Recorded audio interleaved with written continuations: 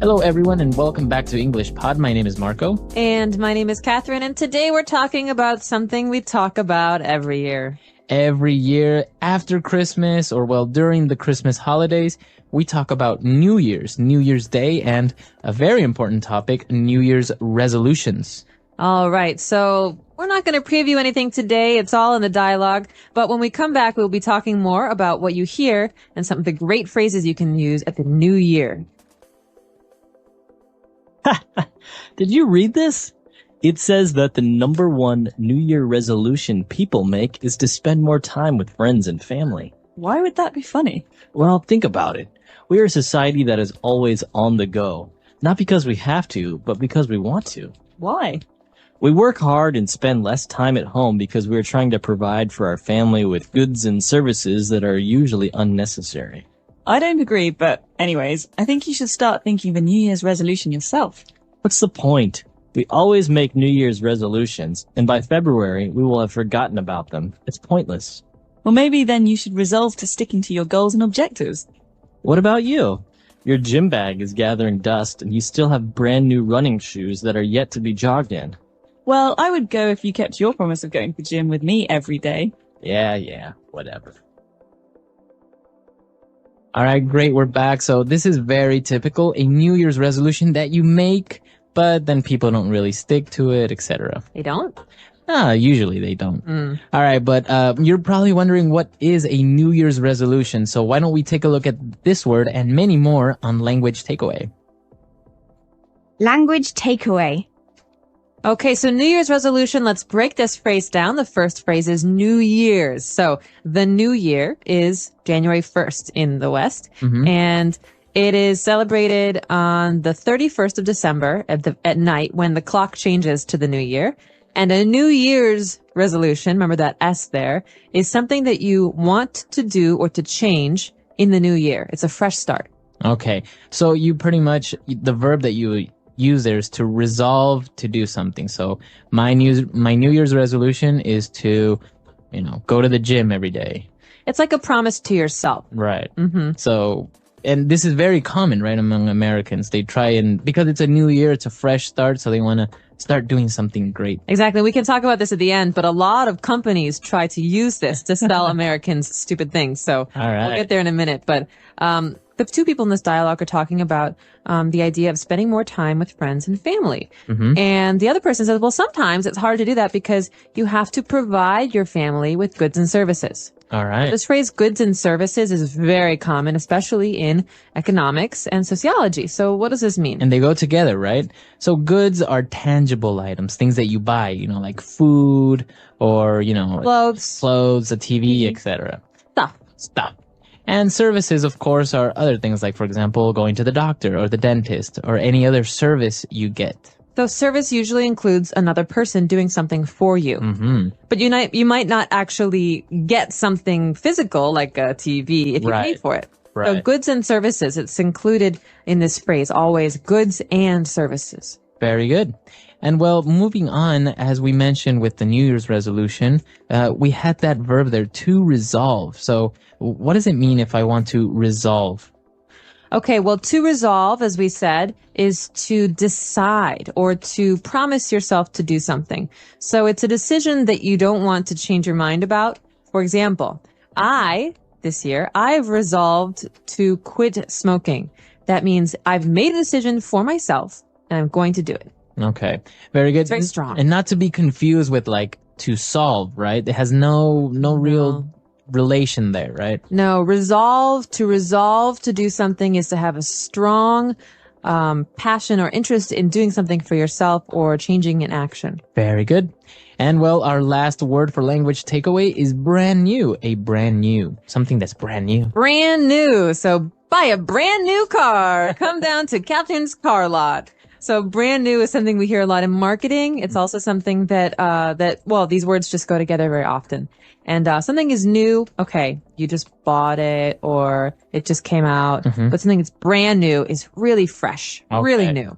So brand new, a brand new car, a brand new watch, etc. A brand new movie. a brand new movie, or brand new cereal. Have you ever tried it? Very good. So, great phrases there. Very good. So great words there. Why don't we listen to the dialogue again? And we'll be back with 3 phrases. Did you read this?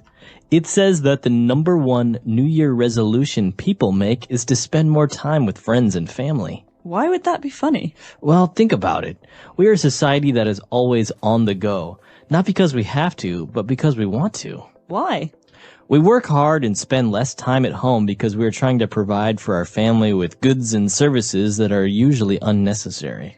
I don't agree, but anyways, I think you should start thinking of a New Year's resolution yourself. What's the point? We always make New Year's resolutions, and by February, we will have forgotten about them. It's pointless. Well, maybe then you should resolve to sticking to your goals and objectives. What about you? Your gym bag is gathering dust, and you still have brand new running shoes that are yet to be jogged in. Well, I would go if you kept your promise of going to the gym with me every day. Yeah, whatever. All right, we're back. So now let's take a look at these 3 phrases on Fluency Builder. Fluency Builder.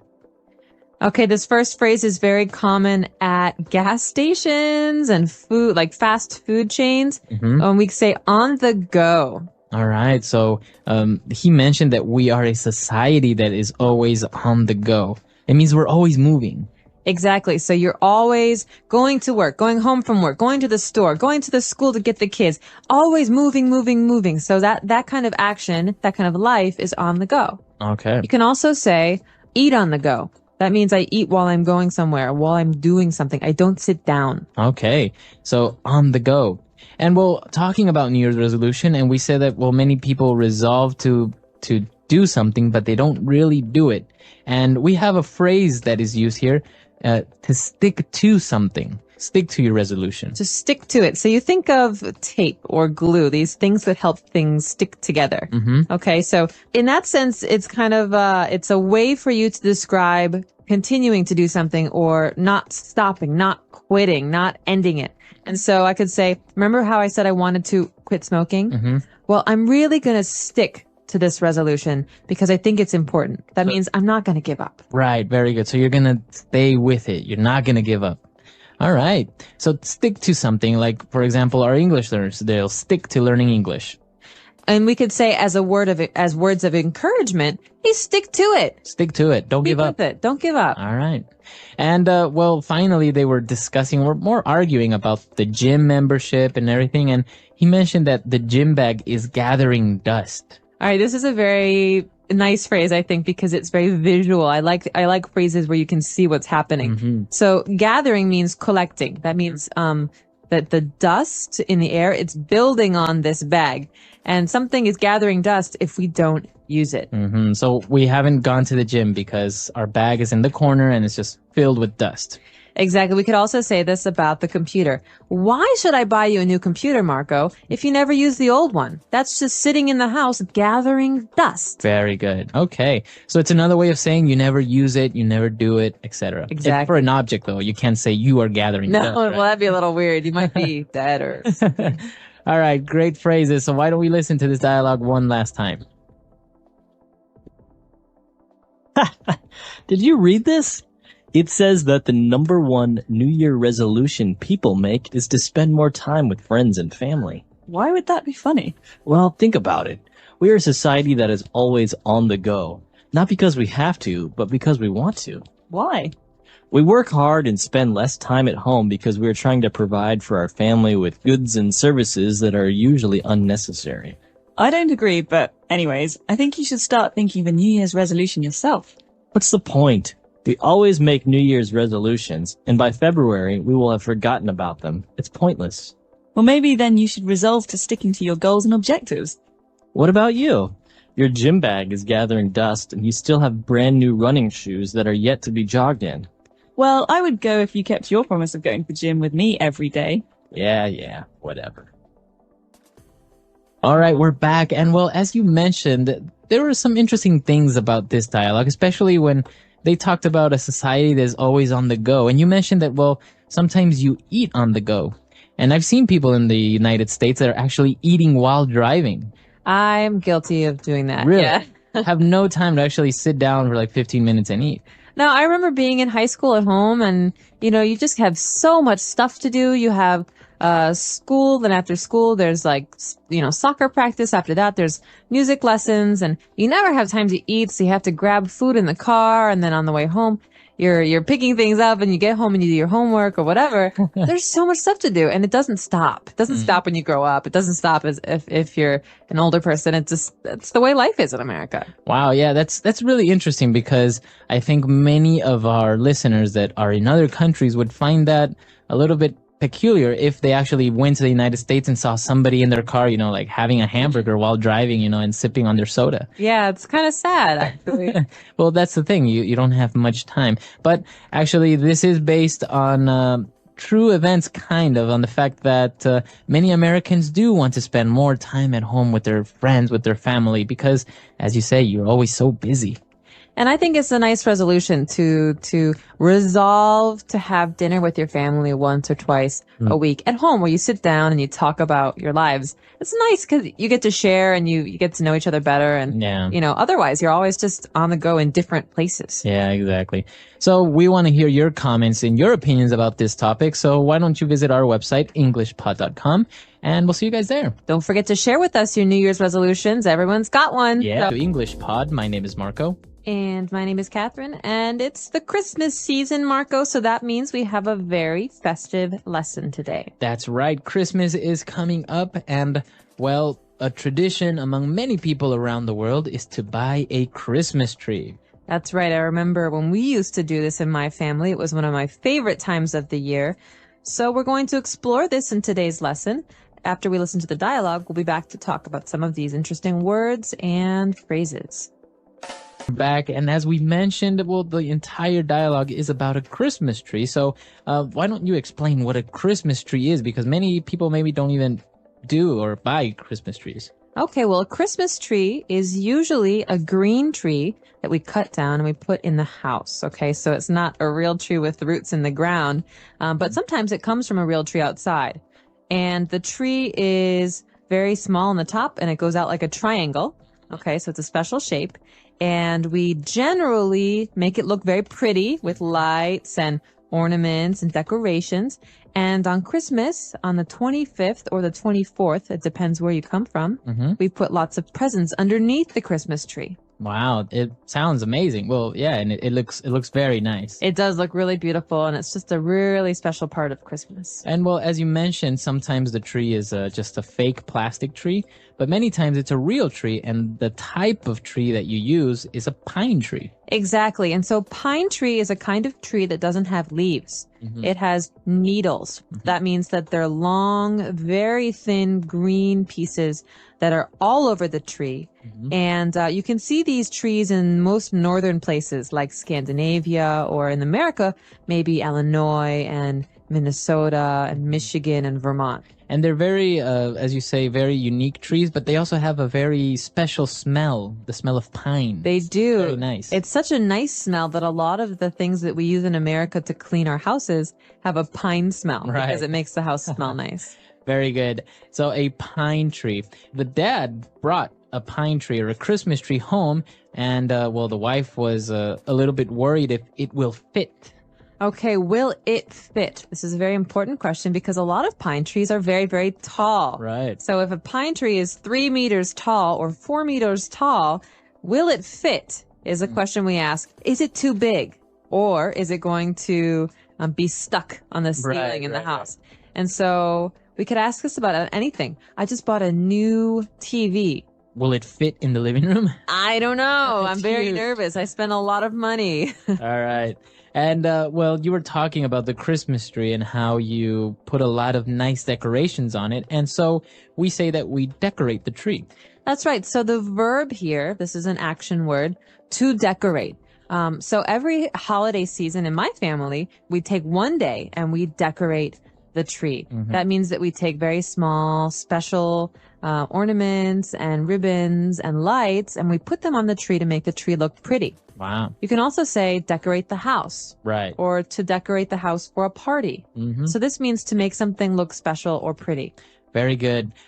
We've taken a look at very specific words related to, Christmas trees and decorating it. So why don't we listen to the dialogue again, and we'll be back to continue with some more language takeaway. I'm home. Everyone come here. I bought a Christmas tree. Look at this beautiful pine tree. Wow, it's huge. Are you sure it will fit in the living room? Awesome. I'll go get the Christmas lights. Of course it will. Help me put it in the living room. I found the lights. I got the Christmas ornaments. We could also place these stockings next to the chimney. Great idea. While we decorate the tree, we can listen to some good old Christmas songs. All right, we're back. So why don't we take a look at 3 more words on Language Takeaway Part 2. Language takeaway. There's just so many words that are associated with Christmas and the Christmas season that we have to look at them again here in Language Takeaway Part 2. And the first one we've already mentioned. It goes together with the phrase to decorate the tree. Okay, so what do we decorate the tree with, Marco? You mentioned ornaments. That's right. Christmas ornaments. Christmas ornaments. And so an ornament is a thing. It's something that we use to make something else look prettier. And so in this case, ornaments are sometimes round and red or green or gold. We hang them on the tree. And well, in this case, it's a Christmas ornament for the tree, but an ornament can be anything, any nice piece of art or something that you can use to decorate your house, right? Exactly. And in my family, ornaments aren't just those round circles or balls for Christmas. Every family member has a special kind of ornament. So my dad has Santa Claus ornaments, and my mom has bunny rabbit ornaments, and I have angel ornaments. Wow. So everybody has a special one. Oh, that's really nice. And well, apart from ornaments, there is also this tradition of hanging stockings. Okay, so a stocking, you might have heard this word before in the sense of a clothing item. A stocking is like a sock. A big sock. A big sock. And it also means the old stockings that women would wear, like tights. But in this case, a Christmas stocking, is a very, very, very big sock that we hang. And on Christmas, we get to fill it with very special things like candy and toys. Candy, toys, very good. So actually, you hang the stockings, and the common place to do it in, or to put them on, is on the chimney, right? That's right. So there's a fireplace, and usually above the fireplace, there's a shelf. We call it a mantle. And there's a place there to hang these. And the place where all of the smoke from the fire comes out is the chimney. Okay. It's also the place where Santa Claus comes down. Right. So you have the fireplace where you put the wood. You have the mantle, that's the space where you actually put the stockings on. And the tube that goes up and where the smoke comes out of is called the chimney. Right, so you don't want to live there. And then actually the joke is that Santa Claus is definitely too fat to go down the chimney. But it's a special place in the Christmas story because that's what Santa Claus does. Very good. Interesting words. Why don't we listen to this dialogue one last time?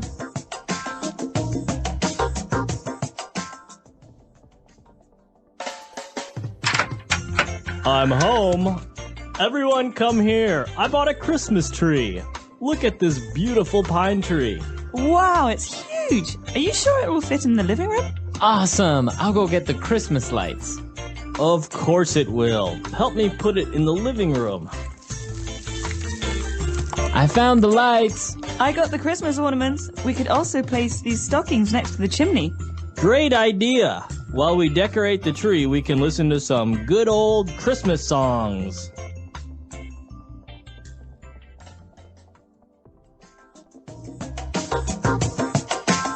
All right, we're back. So as you say, the Christmas season is important in America, and people not only decorate Christmas trees, but also their house, and even outside they put Christmas lights all over the house. They put little statues of Santa Claus and reindeer, and it's a very, I don't know, sometimes lavish thing to do. It is. It's almost funny how much people like to spend on not just time, but also money on decorating their houses. And so where I come from, people decorate the outsides a lot. You have Christmas lights on all parts of the house, and then maybe, all of the reindeer in the front yard, all whatever. And are there like 12 of them or 9 of them? I don't remember. It's 12. But actually, it was nice because when I lived there, with my parents, we would go out and tour around the neighborhood just to see other people's Christmas lights and decorations because, as we say, some of them can be very, very nice and they take a lot of time and effort into decorating it. They do. It's really special. And at my house, we generally just decorated the inside, but sometimes we did lights on the outside. And there's some very funny movies that talk about this, like National Lampoon's Christmas Vacation. Right. And so there's some really funny scenes about putting Christmas lights on the house. All right. Well, that's all the time we have for today, but we'll definitely post a link of this movie that's actually very good. It kind of depicts the traditional American in a funny way. It's a very funny movie. And welcome back to English Pod. My name is Marco. And my name is Catherine. And today we have an elementary level lesson for you guys out there. That's right. Today we are going to talk about an interesting topic, especially for women.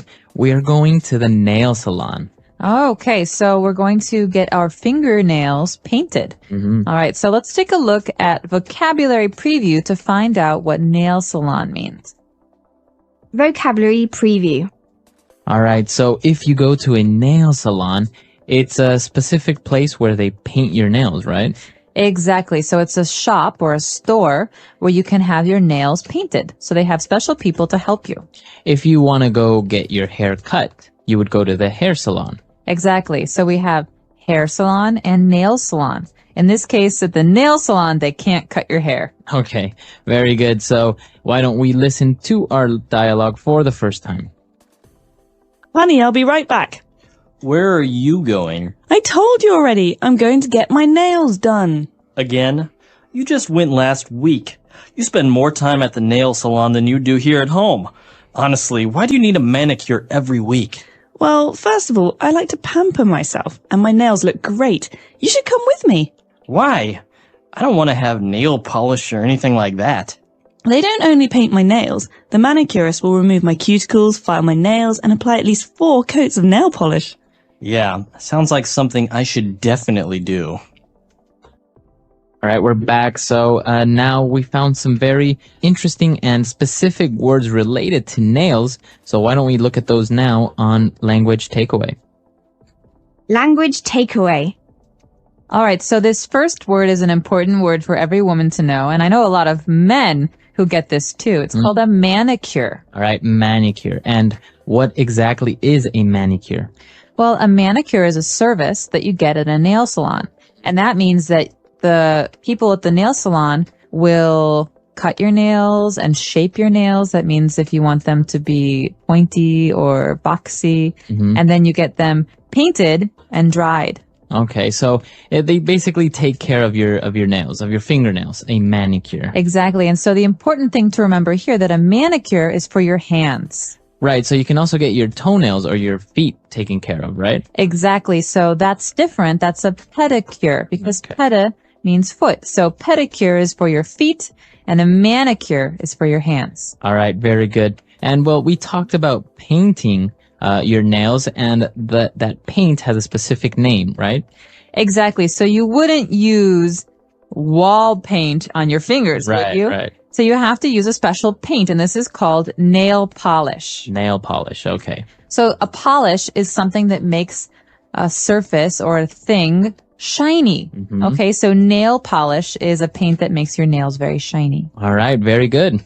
And well, moving on, we talked about a manicure, and there's a specific word for the person that provides this service, that takes care of your nails.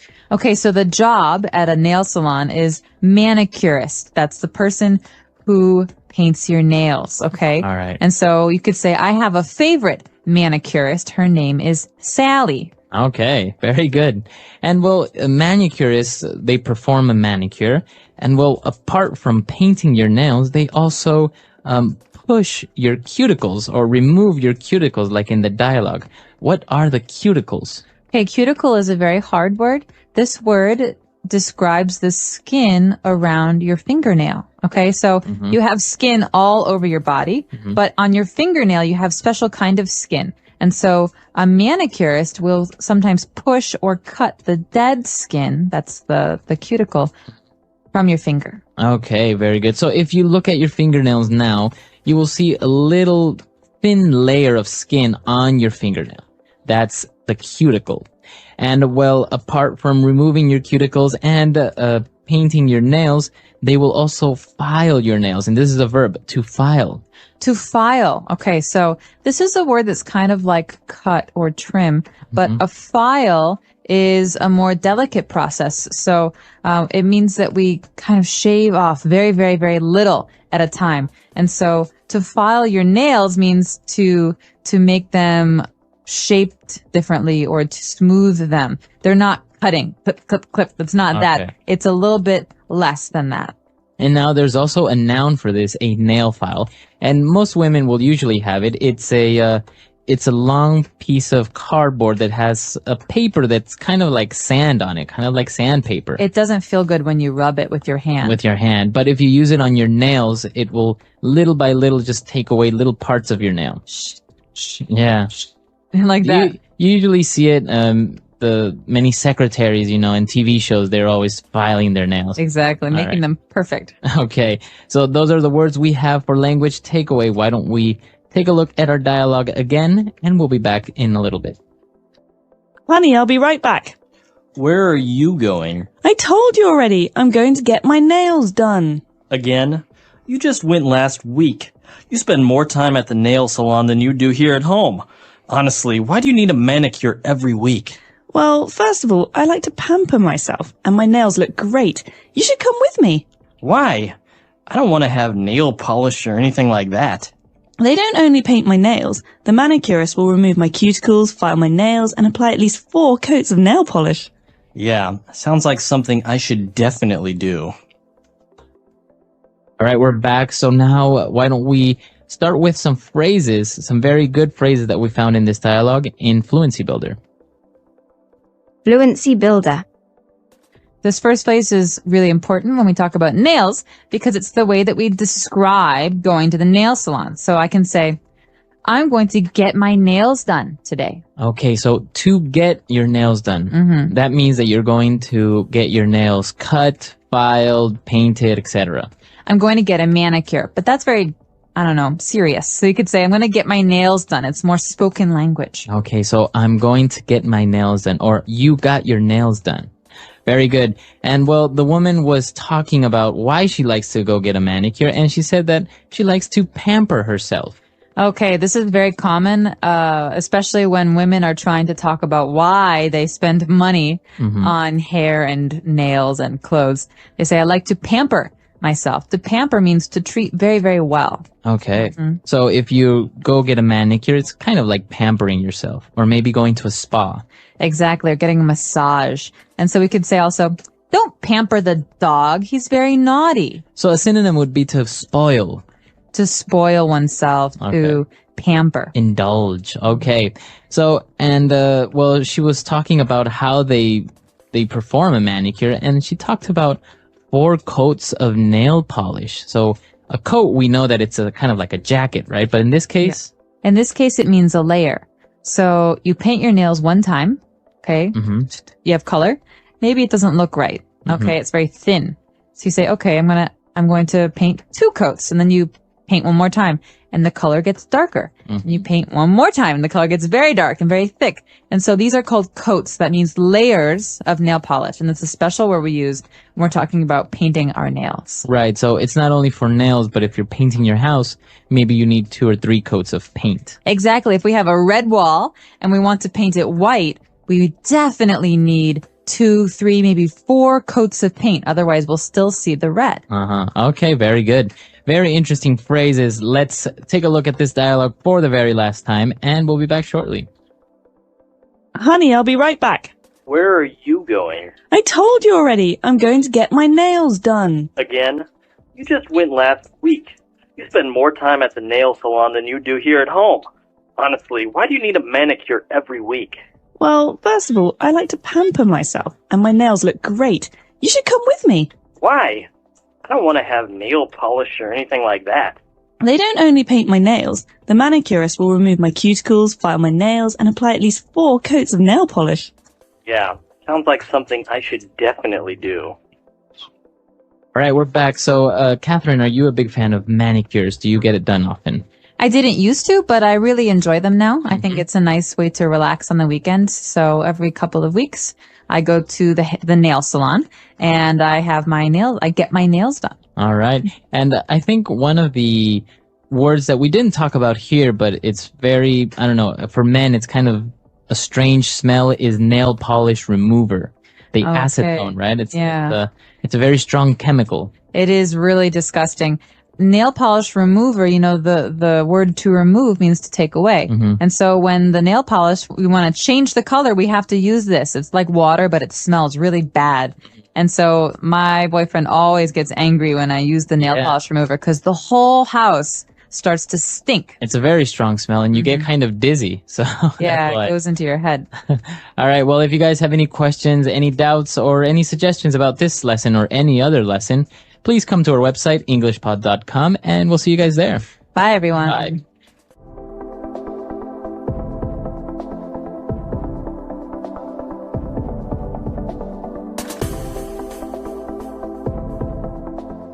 Name is Marco. I'm Amira. Amira and I are here today with an interesting lesson about a hotel situation. Amira, why don't you give us a little bit more information? Well, the situation is taking place in a hotel, and someone is checking in and is obtaining an upgrade. An upgrade. Okay, that's an interesting word. Why don't we listen to the dialogue and then we'll come back and explain all this vocabulary.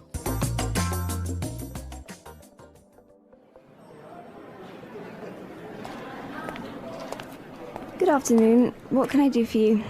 I'd like to check in, please. I have a reservation under the name Anthony Roberts. All right.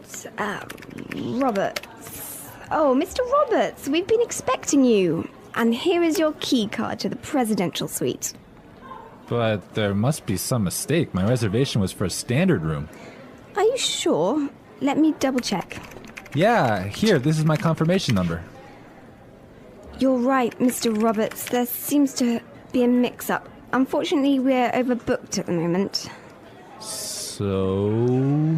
Not to worry. We're pleased to offer you a complimentary upgrade. Woohoo! Presidential suite, baby!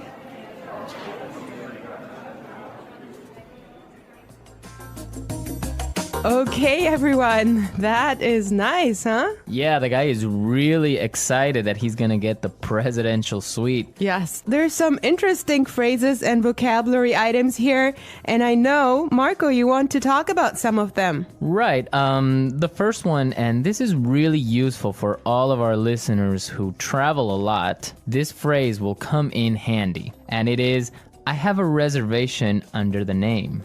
Under the name. Under the name. Under the name. So before we explain this phrase, let's listen to some examples on how it is used in other situations, and then we'll come back and give you more information.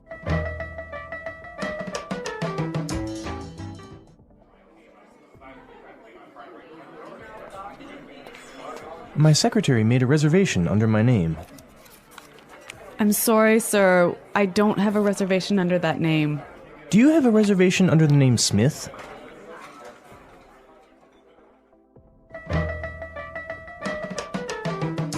All right, some really good examples there on how we could use this phrase in other situations, but just in case, let me explain it real fast. Under the name means that when you go to the restaurant or a hotel and you tell them your name, they know that you are the person that they have been expecting. They have been waiting. Yes.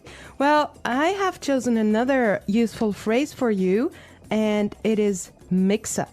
Mix up. Mix up. Mix up. There seems to be a mix up.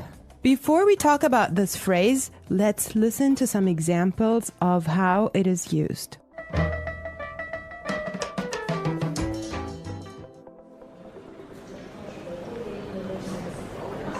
There was a mix-up at the airport and my bags were sent to Antarctica.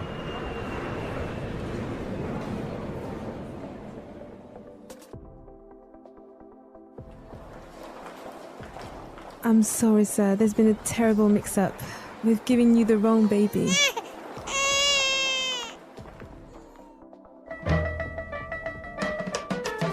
Okay, that was useful and funny. Yeah, that's the baby situation. Oh my god, imagine that happening. Yeah, I know. Well, guys, so a mix-up is a confusion or a misunderstanding.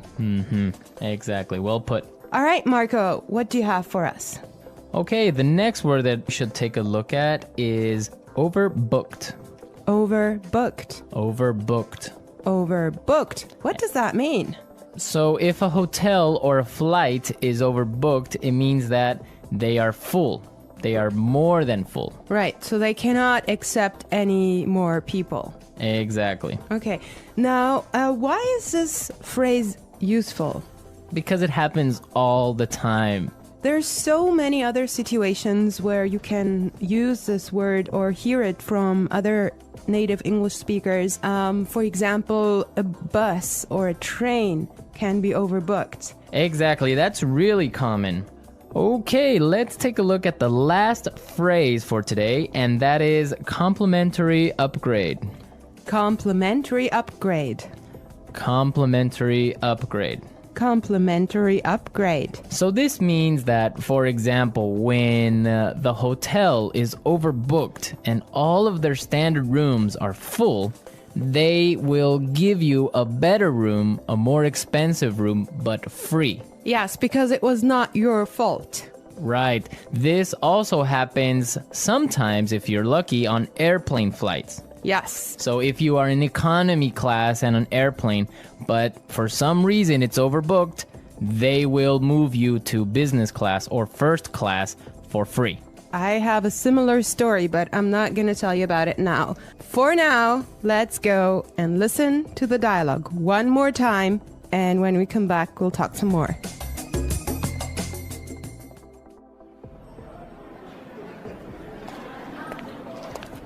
Good afternoon. What can I do for you? I'd like to check in, please. I have a reservation under the name Anthony Roberts. All right. Roberts. Oh, Mr. Roberts, we've been expecting you. And here is your key card to the presidential suite. But there must be some mistake. My reservation was for a standard room. Are you sure? Let me double check. Yeah, here, this is my confirmation number. You're right, Mr. Roberts. There seems to be a mix-up. Unfortunately, we're overbooked at the moment. So... Not to worry. We're pleased to offer you a complimentary upgrade. Woohoo! Presidential suite, baby!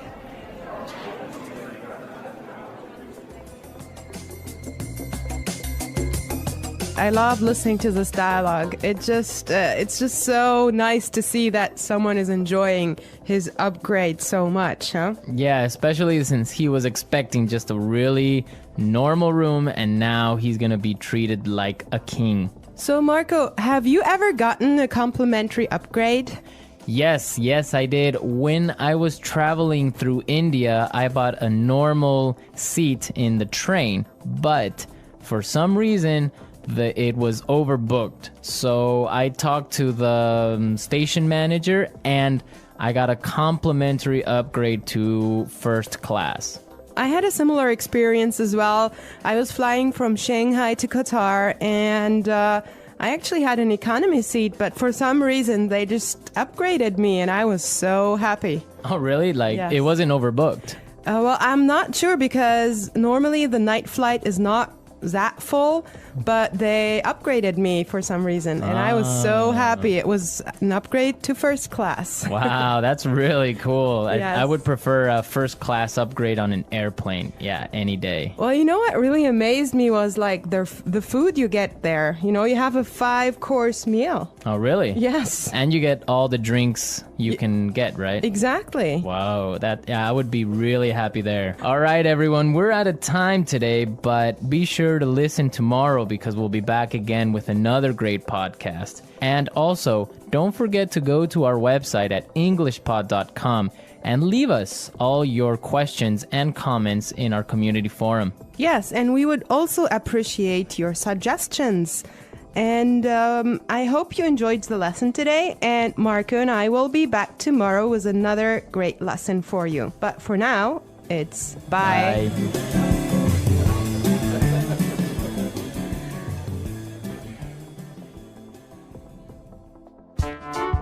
The English Pod Audio Review.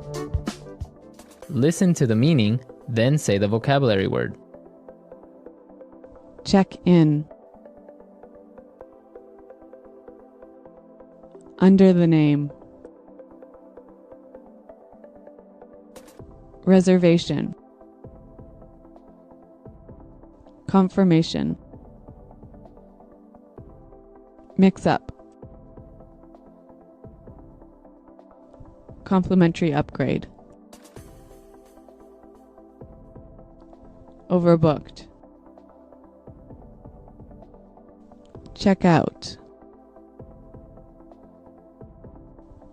Booking. Concierge. Deluxe room.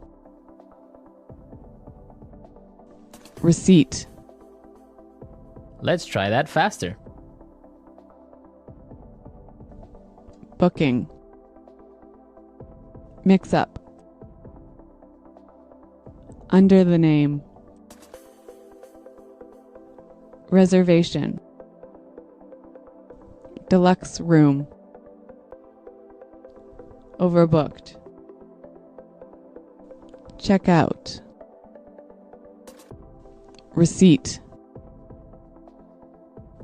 Complimentary upgrade. Concierge. Check in. Confirmation. Now say the word and hear it in a sentence. Under the name. Under the name. Under the name. Confirmation. Confirmation. Confirmation. Mix up. Mix up. Mix up. Overbooked. Overbooked. Overbooked.